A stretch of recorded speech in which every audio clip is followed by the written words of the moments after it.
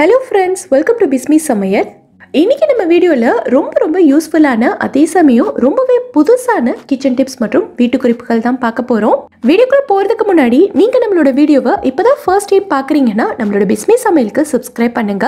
நம்ம சேனல்ல ஏற்கனவே கிச்சன் டிப்ஸ் மற்றும் வீட்டு குறிப்புகள் பத்தி எக்கச்சக்கமான வீடியோஸ் போட்டிருக்கோம். அந்த வீடியோஸையும் நீங்க செக் பண்ணி பாருங்க. இப்போ நம்ம ஃபர்ஸ்ட் டிப் என்னங்கறத பார்க்கலாம். நிறைய வீடியோல நீங்க பார்த்திருப்பீங்க, வாழைப்பழம் சீக்கிரம் பழுக்காம இருக்கிறதுக்கு அதோட காம்புல ஒரு பிளாஸ்டிக் கவர் வச்சு நல்லா டைட்டா சுத்தி வைக்க சொல்லியிருப்பாங்க. நம்ம வீடியோல நான் ஏற்கனவே சொல்லியிருக்கேன். ஆனா நான் இப்போ சொல்ல போறது பாத்தீங்கன்னா ரொம்ப புதுசான அதே சமயம் சூப்பரா ஒர்க் அவுட் ஆகிற ஒரு ஐடியா தான். இங்க பாத்தீங்கன்னா நான் ஒரு சின்ன பவுல் எடுத்திருக்கேன். இதுல பாதி அளவுக்கு நான் தண்ணி சேர்த்துக்கிறேன். தண்ணி ரொம்ப சூடாகவும் இருக்கக்கூடாது, அதே சமயம் ரொம்ப சில்லுன்னு இருக்கக்கூடாது. இப்போ இதுல வாழைப்பழத்தோட காம்பு பகுதி மட்டும் படுற மாதிரி நம்ம வச்சிடலாம். காம்பு பகுதி மட்டும் தான் தண்ணியில இருக்கணும். ஸோ நிறைய தண்ணி ஊத்திராதீங்க. இப்போ இந்த மாதிரி நீங்க வச்சிட்டீங்க அப்படின்னா நல்ல பழுத்த வாழைப்பழமாவே இருந்தாலும் கூட இது ரொம்ப நாளைக்கு கெட்டு போகாம நல்ல ஃப்ரெஷ்ஷாவே இருக்கும். இப்போ இதை எடுத்து நீங்க அப்படியே கிச்சன் கவுண்டர் டாப்லயோ இல்ல டைனிங் டேபிள்லயோ வச்சுக்கலாம். முக்கியமா இதுல இருக்கக்கூடிய தண்ணியை நீங்க டெய்லி மாத்திக்கிட்டே இருக்கணும்.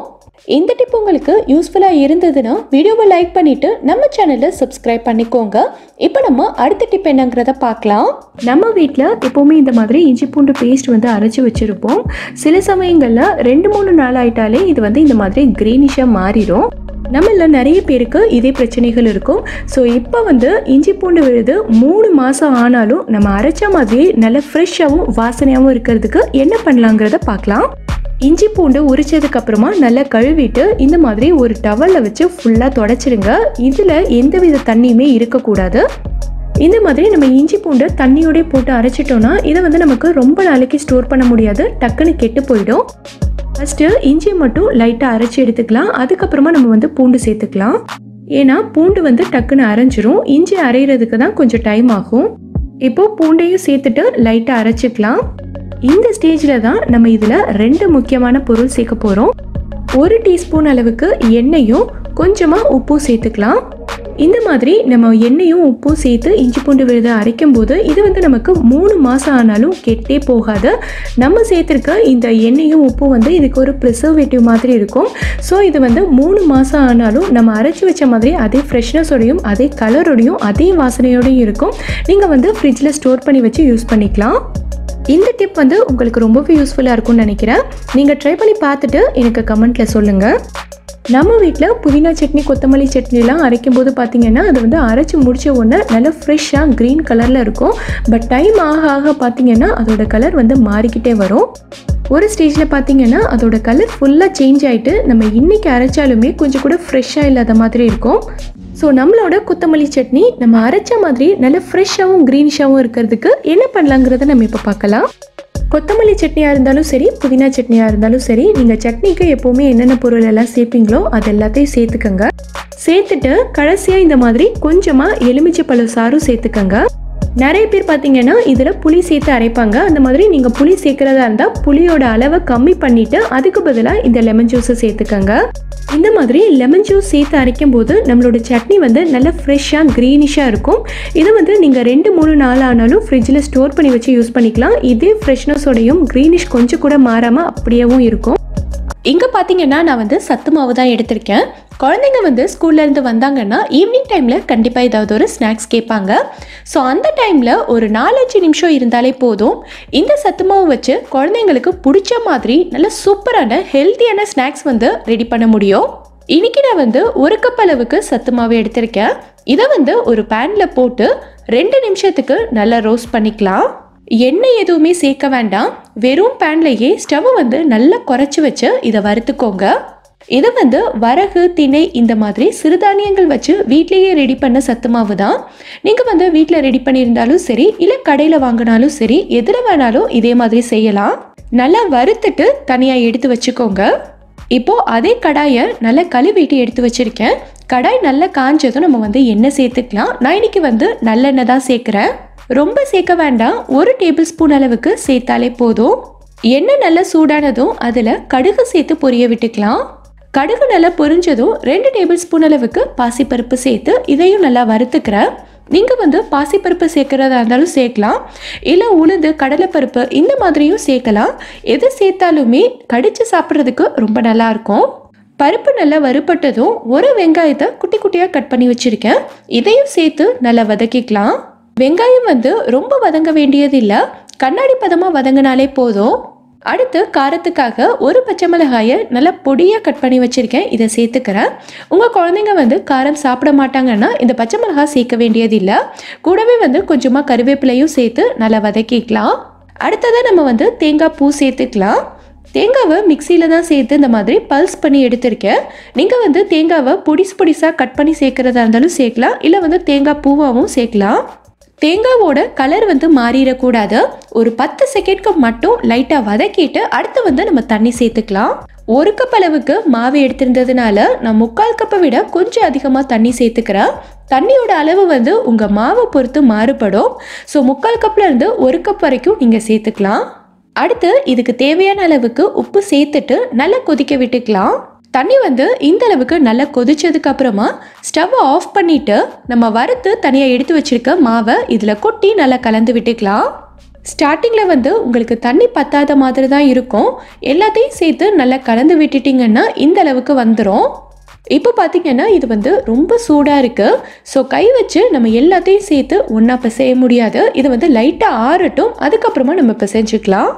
இப்போது கை பொறுக்கிற சூடுக்கு வந்ததுக்கப்புறமா ஒரு பிளேட்டில் கொட்டிட்டு கையில் வந்து ஒட்டாமல் இருக்கிறதுக்காக கொஞ்சமாக எண்ணெயோ நெய்யோ அப்ளை பண்ணிவிட்டு இது எல்லாத்தையும் சேர்த்து ஒன்றா பிசைஞ்சிடலாம். மாவு வந்து லைட்டாக சூடாக இருக்கும் போதே பிசைஞ்சாதான் ஈஸியாக சாஃப்டாக பிசைய வரும். எல்லா மாவையும் இந்தளவுக்கு ஒன்றா சேர்த்ததுக்கப்புறமா கொஞ்சமாக மாவு எடுத்து எப்பயும் போல் நீங்கள் பிடிக்கொலக்கட்டை பிடிக்கிற மாதிரி பிடிச்சிடலாம். இதை வந்து நீங்கள் எப்பயும் போல் இட்லி தட்டிலையோ இல்லை ஸ்டீமர்லேயோ வேக வச்சு எடுத்துக்கலாம். இது வந்து இட்லி தட்டில் ஒட்டாமல் இருக்கிறதுக்காக நான் இன்றைக்கி வந்து ஆடி எக்கோபேக்கோட பேக்கிங் அண்ட் குக்கிங் பேப்பர் தான் யூஸ் பண்ண போகிறேன். நம்ம இட்லி தட்டில் துணியெல்லாம் போட்டு வேக வைப்போம் இல்லையா, ஸோ அதுக்கு பதிலாக இது யூஸ் பண்ணிக்கலாம். அது மட்டும் இல்லாமல் இது வந்து உங்களுக்கு ரீயூசபிள் தான். தண்ணி வந்து இந்த அளவுக்கு நல்லா கொதிச்சதுக்கப்புறமா இதை உள்ளே வச்சு ஒரு 10 நிமிஷத்துக்கு அப்படியே வேக விட்டுருங்க. 10 நிமிஷம் நல்லா வெந்ததுக்கப்புறமா எடுத்தீங்கன்னா சத்து மாவில் செஞ்ச நல்ல ஹெல்த்தியான கொலக்கட்டை வந்து சூப்பராக ரெடி ஆயிரும். இட்லி தட்டில் கொஞ்சம் கூட ஒட்டவே இல்லை பாருங்கள். ஸோ இதை வந்து க்ளீன் பண்ண வேண்டிய அவசியமும் கிடையாது. இதை நான் உங்களுக்கு எடுத்து காட்டுறேன் பாருங்கள், எவ்வளோ சூப்பராக சாஃப்டாக வந்திருக்குன்னு. ஸோ குழந்தைங்க வந்து விரும்பி சாப்பிடுவாங்க. 5 நிமிஷம் இருந்தால் போதும், சூப்பராக செஞ்சு முடிச்சிடலாம். ஸோ இந்த மாதிரி நீங்கள் குழந்தைங்களுக்கு செஞ்சு கொடுத்தீங்கன்னா ரொம்பவே ஆரோக்கியமானதாக இருக்கும். கண்டிப்பாக ட்ரை பண்ணி பார்த்துட்டு எனக்கு கமெண்ட்டில் சொல்லுங்கள். நெயில் பாலிஷ் போடுறது வந்து பெண்கள் எல்லாருக்குமே ரொம்ப ரொம்ப பிடிக்கும். அதுலேயும் நிறைய பேர் பார்த்தீங்கன்னா ட்ரெஸ்ஸுக்கு மேட்சிங்கான கலரில் ஒவ்வொரு நாளுமே நெயில் பாலிஷ் மாற்றிக்கிட்டே இருக்கணும்னு நினைப்பீங்க. ஸோ அப்படி இருக்கவங்களுக்கு இப்போ நான் சொல்ல போகிற டிப் வந்து ரொம்ப ரொம்ப யூஸ்ஃபுல்லாக இருக்கும். இன்றைக்கி போட்டிருக்க நெயில் பாலிஷோட கலரை மாற்றிட்டு நாளைக்கு வேறொரு கலரில் நெயில் பாலிஷ் போடணும் அப்படின்னா பொதுவாகவே நம்ம வந்து நெயில் பாலிஷ் ரிமூவர் தான் யூஸ் பண்ணுவோம்.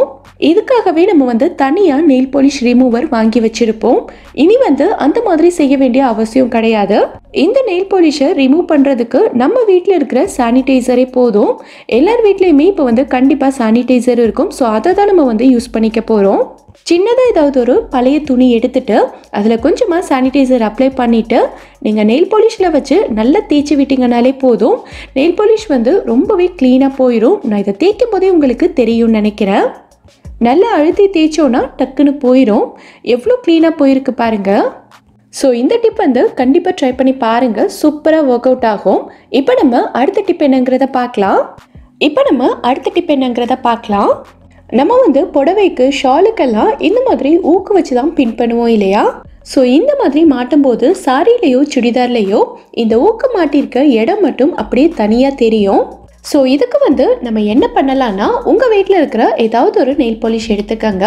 எந்த கலர் வேணாலும் நீங்கள் வந்து எடுத்துக்கலாம். நான் இங்கே வந்து ரெட் கலர் ஷால் எடுத்துக்கிறதுனால ரெட் கலர் நெயில் பாலிஷ் எடுத்துருக்கேன்.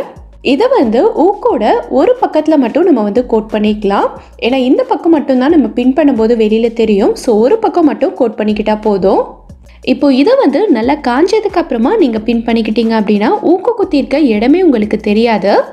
பிங்க் கலர் ஷால் போட போகிறீங்க அப்படின்னா pink colour nail polish use பண்ணிக்கலாம். அந்தந்த கலருக்கு ஏற்ற மாதிரி நீங்கள் வந்து போட்டுக்கலாம்.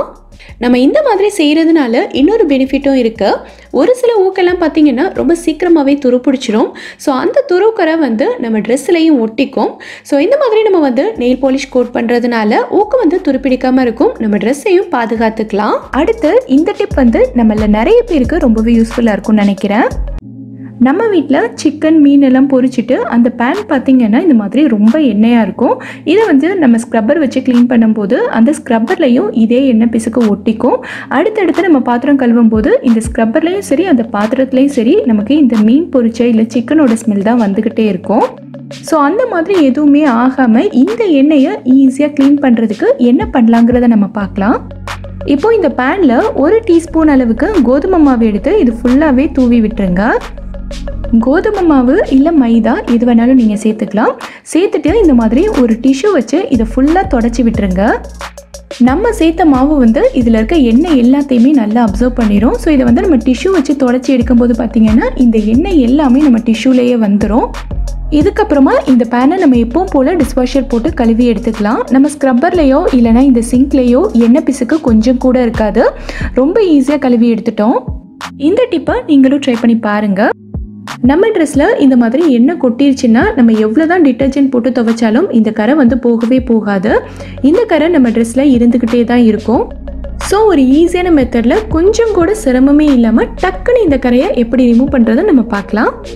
எண்ணெய் கொட்டின உடனேயே அந்த இடத்துல நம்ம வீட்டில் எப்போவுமே இருக்க டால்கம் பவுடர், அதாவது நம்ம எப்போவுமே யூஸ் பண்ணிட்டு போல் முகத்துக்கு போடுற பவுடர், அதை எடுத்து அந்த எண்ணெய் கரை மேலே அப்படியே கொட்டிடலாம். முகத்துக்கு போடுற பவுடரை இதில் போட்டுக்கலாம். அப்படி இல்லைன்னா இதுக்கு பதிலாக உங்கள் வீட்டில் கார்ன்ஃப்ளவர் இருந்துச்சுன்னா, அதாவது சோள மாவு இருந்துச்சுன்னா அதையே கூட நீங்கள் போட்டுக்கலாம். ஒரு 5 நிமிஷத்துக்கு இதை அப்படியே விட்டுருங்க. 5 நிமிஷம் ஆனதுக்கப்புறமா நான் வந்து ஒரு பவுலில் கொஞ்சமாக தண்ணி எடுத்திருக்கேன். இதில் நம்ம பாத்திரம் கழுவுறதுக்கெல்லாம் யூஸ் பண்ணுற லிக்விடை கொஞ்சமாக ஊற்றிக்கலாம். நல்லா கலந்து விட்டுட்டு எண்ணெய் கரைப்பட்டிருக்க இடத்த இந்த தண்ணியில் இந்த மாதிரி நல்லா முக்கி வச்சுருங்க. இது வந்து ஒரு 15 நிமிஷத்துக்கு அப்படியே ஊறட்டும். 15 நிமிஷத்துக்கு அப்புறமா இதை எடுத்து கையாலேயே இந்த மாதிரி நல்லா கசக்கி விட்டுருங்க. நல்லா கசக்கி விட்டுட்டு நீங்கள் எடுத்து பார்த்தீங்கன்னா எண்ணெய் கரை இருந்த இடமே தெரியாமல் அப்படியே க்ளீனாக போயிடும். அடுத்து இதை நீங்கள் எப்பவும் போல் வாஷிங் மிஷினில் போட்டு துவைச்சி காய வச்சுக்கலாம். காய்ஞ்சதுக்கப்புறமா எடுத்து பார்த்தீங்கன்னா எண்ணெய் கரை வந்து இருந்த தடமே தெரியாமல் அவ்வளோ க்ளீனாக இருக்கும். இப்போது அடுத்த டிப் என்னங்கிறத பார்க்கலாம். நம்ம வீட்டில் இந்த மாதிரி சிக்கன் குழம்பு, சிக்கன் கிரேவி எல்லாம் செய்யும்போது பார்த்திங்கன்னா நம்ம வெங்காயம், தக்காளி, இஞ்சி பூண்டு மசாலா எல்லாமே சேர்த்துட்டு சிக்கனை அப்படியே அதிலேயே போட்டு நமக்கு தேவையான அளவுக்கு தண்ணி ஊற்றி இதை வந்து நல்லா கொதிக்க விட்டுருவோம். ஸோ அந்த மாதிரி செய்யும்போது சிக்கன் பீஸில் வெளியில் இருக்கக்கூடிய லேயர் எல்லாம் பார்த்திங்கன்னா நல்ல உப்பு, காரம், மசாலாலாம் ஏறி நல்ல டேஸ்ட்டாக இருக்கும். அதுவே சிக்கனுக்கு உள்ளே கொஞ்சம் கூட உப்பு காரமே இல்லாமல் சப்புன்னு இருக்கும். ஸோ சிக்கனுக்கு உள்ளேயும் நல்ல மசாலா இறங்கணுன்னா நம்ம என்ன பண்ணலாங்கிறத பார்க்கலாம். வெங்காயம், தக்காளி, மசாலா எல்லாமே சேர்த்ததுக்கப்புறமா சிக்கனை போட்டு தண்ணி ஊற்றாமல் ஒரு 2 நிமிஷத்துக்கு இந்த மசாலாவோடி நல்லா பெரட்டி விடுங்க. ஃபஸ்ட்டு சிக்கனில் இருக்கக்கூடிய தண்ணி எல்லாமே வெளியில் வரணும். அப்போ தான் நம்ம சேர்த்துருக்க மசாலா எல்லாமே சிக்கனுக்குள்ளே நல்லா ஏறும். நல்லா பெரட்டி விட்டு மூடி வச்சிட்டிங்கன்னா ஒரு 2 நிமிஷத்துலேயே சிக்கனில் இருக்கக்கூடிய தண்ணி எல்லாமே இந்த மாதிரி வெளியில் வந்துடும். இந்த மாதிரி சிக்கனில் இருக்கக்கூடிய தண்ணி எல்லாமே வெளியில் வந்ததுக்கப்புறமா நம்ம கிரேவிக்கு தேவையான அளவுக்கு தண்ணி சேர்த்து வேக வச்சோன்னா நம்ம சிக்கன் பீஸ் வந்து சாப்பிட்றதுக்கே அவ்வளோ டேஸ்ட்டாக இருக்கும். நம்ம சேர்த்த மசாலா எல்லாமே இந்த சிக்கனுக்குள்ளேயும் நல்லா இறங்கி இருக்கும். ஸோ இந்த டிப்பை நீங்கள் ட்ரை பண்ணி பார்த்துட்டு எனக்கு கமெண்ட்டில் சொல்லுங்கள். நம்ம வீட்டில் பார்த்திங்கன்னா இந்த மாதிரி நிறைய பாட்டில்ஸ் இருக்கும். பிளாஸ்டிக் பாட்டில் இல்லைனா கிளாஸ் பாட்டில் எதுவாக இருந்தாலுமே நீங்கள் எடுத்துக்கலாம். ரெண்டுத்துக்குமே இந்த டிப் வந்து பொருந்தும். இந்த மாதிரி பாட்டிலேருந்து ஸ்டிக்கரை பிரித்து எடுக்கிறது கொஞ்சம் கஷ்டம்தான். சில பாட்டிலில் வந்து நம்ம ஈஸியாக பிரித்து எடுத்துடலாம். பட் இந்த மாதிரி நல்லா ஸ்டிஃபாக ஒட்டியிருக்க பாட்டிலேருந்து பிரித்து எடுக்க வந்து கொஞ்சம் கஷ்டமாக தான் இருக்கும். ஸோ அதுக்கு இந்த மாதிரி ஒரு பெரிய பாத்திரத்தில் சுடு தண்ணி சேர்த்துக்கங்க. இந்த தண்ணி ரொம்ப சூடாக இருக்கிறதுனால நான் கொஞ்சமாக நார்மல் வாட்டர் சேர்த்து இதை வந்து நல்லா வெது வெதுன்னு ஆக்கிக்கிறேன். தண்ணி ரொம்ப சூடாக இருக்கணுன்ற அவசியம் இல்லை, வெது வெதுன்னு இருந்தால் போதும். பாட்டில் மூழ்கிற அளவுக்கு தண்ணி சேர்த்துக்கங்க. இப்போ இந்த பாட்டிலை இந்த தண்ணியில் ஒரு 15 நிமிஷத்துக்கு நல்லா ஊற விட்டுறலாம். பாட்டில் வந்து நல்லா மூழ்கி இருக்கணும். ஒரு 15 நிமிஷம் நல்லா ஊறினதுக்கப்புறமா பார்த்திங்கன்னா இந்த ஸ்டிக்கரை எந்த சிரமமே இல்லாமல் இந்த மாதிரி ஈஸியாக நம்ம எடுத்துடலாம். ஒரு சில பாட்டிலெல்லாம் பார்த்திங்கன்னா இந்த மாதிரி நம்ம சுடு தண்ணியில் ஊற வைக்காமலேயே ஈஸியாக கையாலேயே ஸ்டிக்கரை வந்து எடுத்துடலாம். பட் ஆனால் பார்த்திங்கன்னா அந்த ஸ்டிக்கரை எடுத்ததுக்கப்புறமா இந்த மாதிரி கம் எல்லாம் ஒட்டி ஒட்டி இருக்கும். இதை வந்து நம்ம எப்பவும் போல் ஸ்க்ரப்பர் போட்டு தேய்க்கும் போது சரியாகவே போகாது. ஸோ அப்போ என்ன பண்ணலான்னா நம்ம வீட்டில் எப்போவுமே இருக்க தேங்காய் எண்ணெயை லைட்டாக இந்த பாட்டிலில் கொஞ்சமாக போட்டுக்கலாம். தேங்காய் எண்ணெய் அப்ளை பண்ணிவிட்டு இந்த மாதிரி ஒரு துணியோ இல்லைன்னா டிஷ்யூவோ வச்சு தொடச்சிங்கன்னா இந்த பசை எல்லாமே நம்ம துணியிலேயே வந்துடும். இதுக்கப்புறமா நம்ம எப்பவும் போல் வாஷ் பண்ணிக்கலாம். நம்ம முட்டை உடைக்கும் போது பார்த்திங்கன்னா ஒரு சில டைமில் இந்த முட்டை ஓடில் இருக்க குட்டி குட்டி பீசஸ் வந்து நம்ம முட்டைக்குள்ளேயே விழுந்துடும். ஸோ அதை வந்து நம்ம எடுக்க ட்ரை பண்ணும்போது பார்த்திங்கன்னா அது எடுக்கவே வராது, அங்கிட்டு இங்கிட்டு போயிட்டே இருக்கும். ஸோ அந்த டைமில் நம்ம என்ன பண்ணலான்னா விரலில் இந்த மாதிரி நல்லா தண்ணி தொட்டுட்டு அதுக்கப்புறமா எடுத்தோன்னா ஈஸியாக எடுக்க வந்துடும். இந்த வீடியோவில் நீங்கள் பார்த்த எல்லா டிப்ஸுமே உங்களுக்கு ரொம்பவே யூஸ்ஃபுல்லாக இருக்கும் நம்புகிறேன். எந்த டிப் உங்களுக்கு ரொம்ப பிடிச்சிருந்ததுங்கிறத கீழே இருக்க கமெண்ட் பாக்ஸில் எனக்கு சொல்லுங்கள். இந்த வீடியோ பிடிச்சிருந்தா லைக் பண்ணுங்கள், உங்கள் ஃப்ரெண்ட்ஸ் உங்கள் ஃபேமிலி மெம்பர்ஸ் கூட இந்த வீடியோவை ஷேர் பண்ணுங்கள். மறக்காமல் நம்ம பிஸ்மி சமையலுக்கு சப்ஸ்கிரைப் பண்ணிவிட்டு பக்கத்தில் இருக்கக்கூடிய பெல் ஐக்கானே கிளிக் பண்ணி அதில் ஆல் ஆப்ஷனையும் செலக்ட் பண்ணுங்கள். தேங்க்யூ.